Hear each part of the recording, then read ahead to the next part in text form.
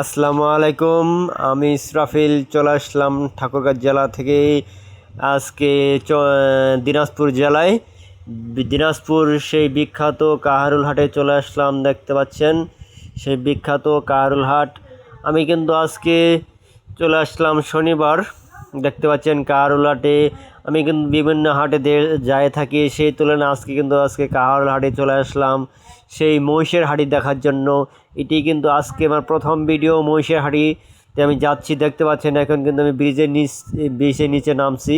দেখতে পাচ্ছেন সেই নদীর ধারে চলে যাচ্ছি আমি, সেই ব্রিজের নিচে মহিষের হাটি চাচার পিছনে পিছনে দেখতে পাচ্ছেন যাচ্ছি। আজকে কি পরিমাণে মহিষ ওঠে এবং বেচা কেনা কেমন, দরদাম কেমন, অবশ্যই আপনাদেরকে দেখাবো এবং জানাবো।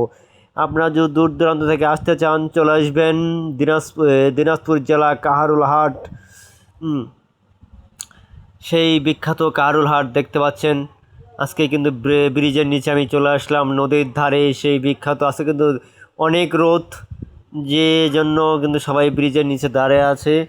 আসলে এটি ঠাকুরগাঁও জেলার মধ্যে বা দিনাজপুর জেলার মধ্যে যতদূর সম্ভব আমার জানা মতে এই একটি শুধু বইসের হাট, এই যে কাহারুল হাটে শুধু লাগে। দেখতে পাচ্ছেন প্রত্যেক শনিবার কিন্তু এই কাহারুল হাটটি লেগে থাকে।